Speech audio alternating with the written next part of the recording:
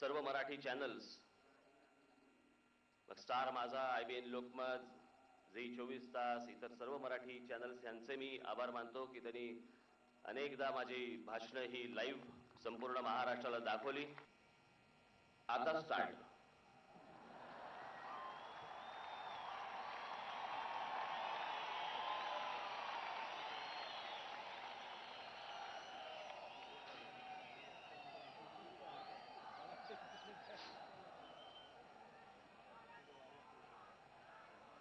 खरं आता ही आजची माझी शिवतीर्थावरची सभा, उद्या ठाण्यामध्ये सभा आहे.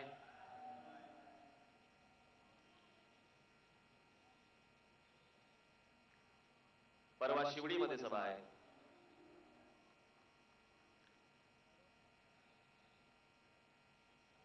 त्याच्यामुळे आता शेवटच्या टप्प्यामध्ये निवडणूक आल्यामुळे थोडी उजळणी पण करणं गरजेचं आहे. काय काय झालं, काय काय घडलं, कोण कोण काय काय बोललं, आणि हे निवडणुकीसाठी पुरतं नव्हतं. ते निवडणुकीच्या अगोदरपासून या सर्व गोष्टी सुरू झाल्या. खास करून लोकसभा निवडणुकीचा निर्णय लागल्यापासून मी कधीच कोणावरती वैयक्तिक टीका केली नाही. जी केली ती राजकीय टीका होती. आणि निवडणुका म्हटल्यानंतर राजकीय टीका करण्याचा प्रत्येकाला अधिकार असतो. त्याप्रमाणे मी माझी टीका करत होतो. मग काही ठिकाणी आलं की भाऊबंदकी, आणि काही ठिकाणी काय आलं. पण मी जेवढं बोलत होतो, जसं मी काँग्रेस राष्ट्रवादी बद्दल बोलत होतो, तसं यांच्याबद्दलही बोलत होतो.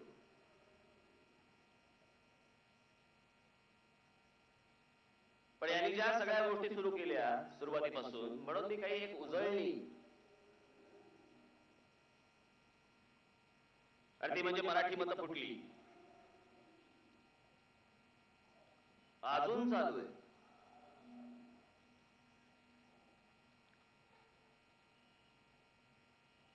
मराठी माणसाला स्वतःचा काही विचार आहे की नाही?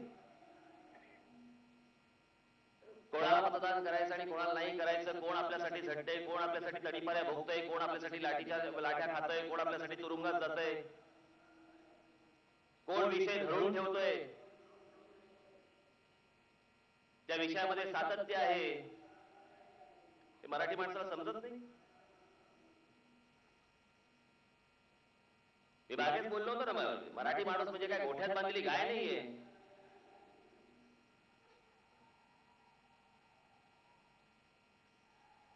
आजपर्यंत लोकसभेपर्यंत टीका करत नव्हते, तोपर्यंत कोण कुठचा पक्ष. पण लोकसभेच्या निवडणुकीनंतर महाराष्ट्रामध्ये मराठी माणूस एकत्र येतो आणि लाखाच्या वरती मतदान होतं, हे पहिल्यांदा ज्या वेळेला दिसलं मराठीच्या मुद्द्यावरती, तेव्हा जाग आली. गरेच्या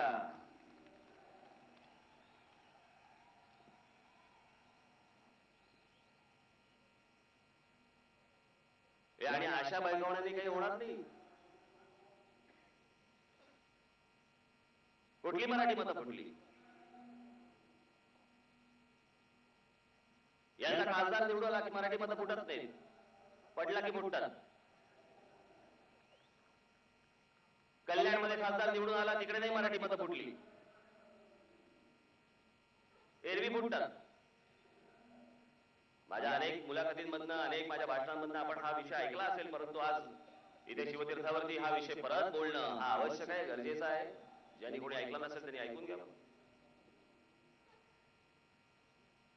2004च्या निवडणुकीमध्ये ज्या वेळेला लोकसभेच्या निवडणुका झाल्या, त्यावेळेला मुंबई शहरामध्ये 6 पैकी 5 ठिकाणी काँग्रेसचे खासदार निवडून आले.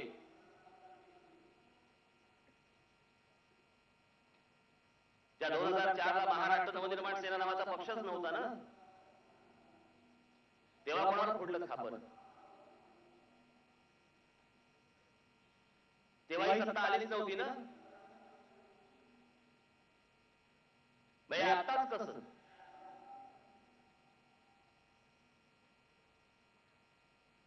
म्हणून त्याची आकडेवारी पण दिली होती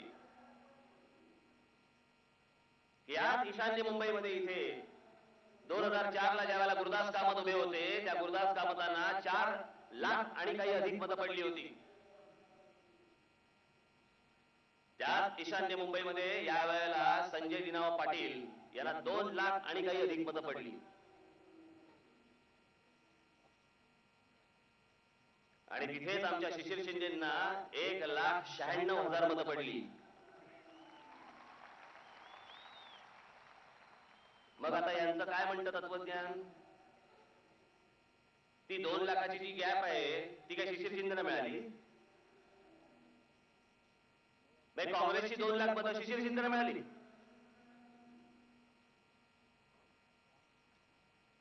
काही मागचा पुढचा विचार नाही. राम नाईक त्याशी बोलले म्हणे, संजय निरुपमने म्हणे महाराष्ट्र नवनिर्माण सेनेचे आभार मानले पाहिजेत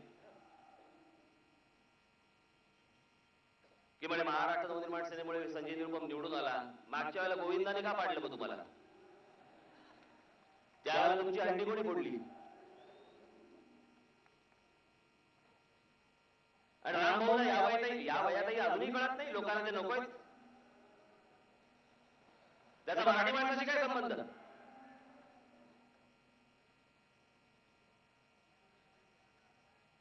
हे अशा प्रकारच्या ज्या सगळ्या गोष्टी यांनी सुरू केल्या ना, अजून तीच भांडी घासतायत. सकाळी उठले की आपली तेच, माझ्यामुळे म्हणे परप्रांतीय माणूस निवडून आले म्हणे. परप्रांतीय म्हणजे कोण? संजय निरुपम, ज्याला यांनीच मोठा केला.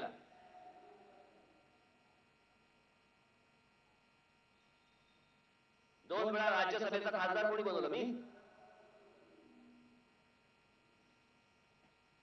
2004च्या लोकसभेच्या निवडणुकीचा शिवसेनेचा वांद्रे लोकसभा मतदारसंघामधला उमेदवार कोण होता? हाच संजय निरुपम ना. राजकीय दृष्ट्या याला मोठा कोणी केला? आणि आरोप माझ्यावर करतायत. काय तर म्हणे मी काँग्रेसची सुपारी घेतली.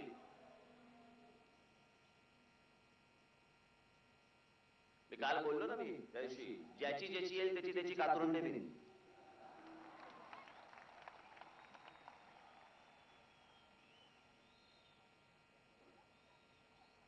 हे आता जे आलेत हे फक्त पैसा आणि सत्ता बघून आलेले लोक आहेत.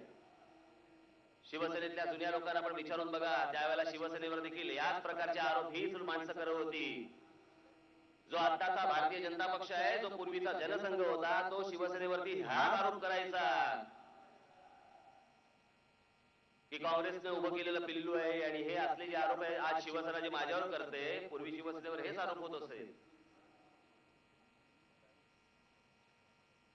आज अनेक इथे काही ज्येष्ठ पत्रकार वगैरे या सगळ्या लोकांना सगळं माहितीच असेल, अनेक पत्रकारांना हा विषय माहितीच असेल. तेव्हा जे आरोप व्हायचे आता हे माझ्यावरती करतायत. काँग्रेसची सुपारी.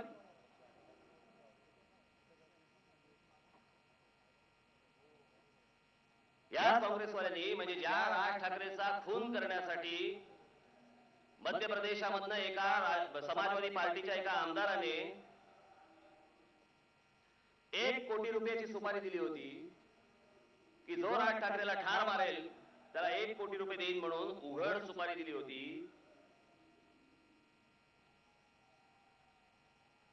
जो कोणतरी एक बिहार मधला मुलगा हातामध्ये रिव्हॉल्वर घेऊन मुंबई मधल्या बीएसटी बसमध्ये माझा पत्ता शोधत होता, राज ठाकरे कुठे राहतोय, त्याला ठार मारण्यासाठी मी आलोय, आमच्या मुंबईतल्या पोलिसांनी त्याला एन्काउंटर मध्ये मारला.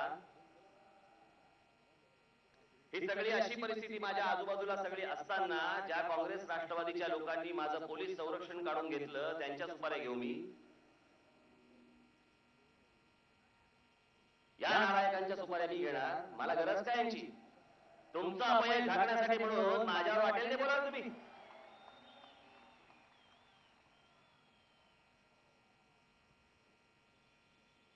हे नालायक आहेतच,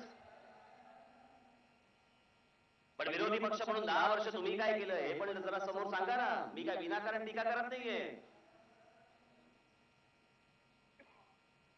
सतत आणि सातत्याने सुरुवातीला सांगायचं नाही काँग्रेसच आमचा शत्रू नंबर 1. मला पण त्याशी परवा दिवशी विचारलं तुमचा शत्रू नंबर 1 कोण? म्हटलं मी काय डेव्हिड धवन आहे काय? हिरो नंबर 1, हे नंबर 1, हे शत्रू नंबर 1 वगैरे पिक्चर काढायला.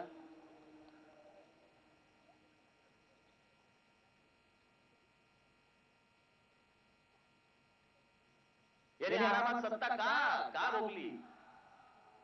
याचं कारण विरोधी पक्षाने ज्या पद्धतीने काम करायला पाहिजे होतं, विधानसभा ज्या पद्धतीने डोक्यावरती घ्यायला पाहिजे होती, काहीच नाही. खोटी आंदोलन करतात.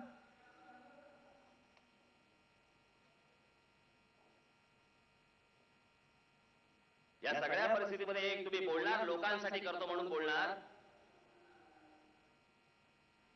आणि मग प्रत्यक्षात काय करणार? त्या युएनसीच्या बाबतीत काढलेल्या मोर्चाबद्दल काय झालं? पुढे त्याच्याबद्दल भ्रम देखील काढला नाही.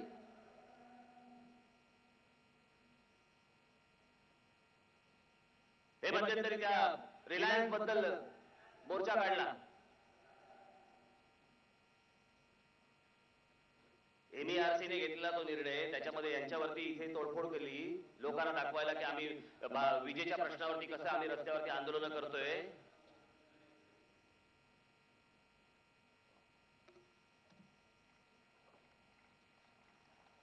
चोवीस जानेवारी शिवसेनेचे वीज दरवाढीच्या विरोधात एल्गार बिल भरू नका आंदोलन रिलायन्सच्या विरोधात.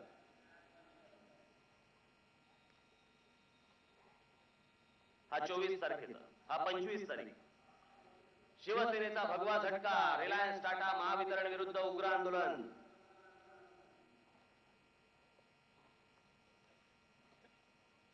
शिवसेनेच्या झटक्याने सरकार ताळ्यावर. 26 जून. हा 25 जून तो 24 जून. शिवसेनेच्या झटक्याने सरकार ताळ्यावर. रिलायन्सच्या दरवाढीची चौकशी. 2 दिवसात बैठक बोलवणार. 29 जून. पहिल्या पानावर रिलायन्सची जाहिरात आहे.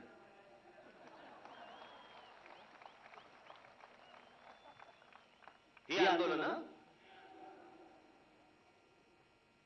ज्यांच्या विरोधात तुम्ही आंदोलन करताय, त्यांच्याच जाहिराती घेता, त्यांच्याचकडनं पैसे घेताय.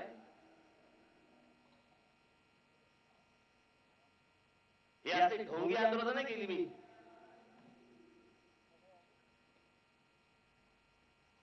माझ्या सगळ्या सर्व सहकार्यांनी, तुमच्यापैकी अनेकांनी जो पोलिसांचा मार खाल्ला, तडीपाऱ्या भोगल्या, जेलमध्ये गेले, पुण्यामधले माझ्या अनेक सहकारी ज्यांनी पोलिसांचा मार इथपर्यंत खाल्ला की लघवीतनं रक्त पडेपर्यंत त्यांना मारलं.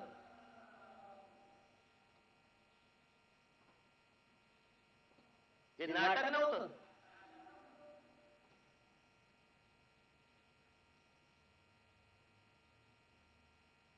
ही कुठची आंदोलन आली? जसं सरकारबद्दल मी बोलतो तसं विरोधी पक्षाबद्दल बोलायचं नाही. खोटं सांगता. मध्यंतरी महाराष्ट्र नवनिर्माण सेनेच्या महिलांनी मोर्चा काढला होता महागाईच्या विरोधात. मोर्चा संपल्या मी बोललो होतो, हे मोर्चांनी महागाई नाही येणार आटोक्यात, ही कृत्रिम टंचाई आहे, गोदाम फोडा.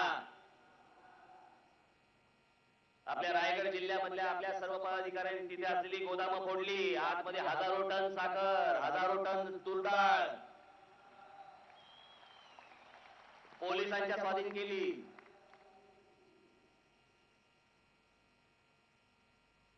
ही गंमत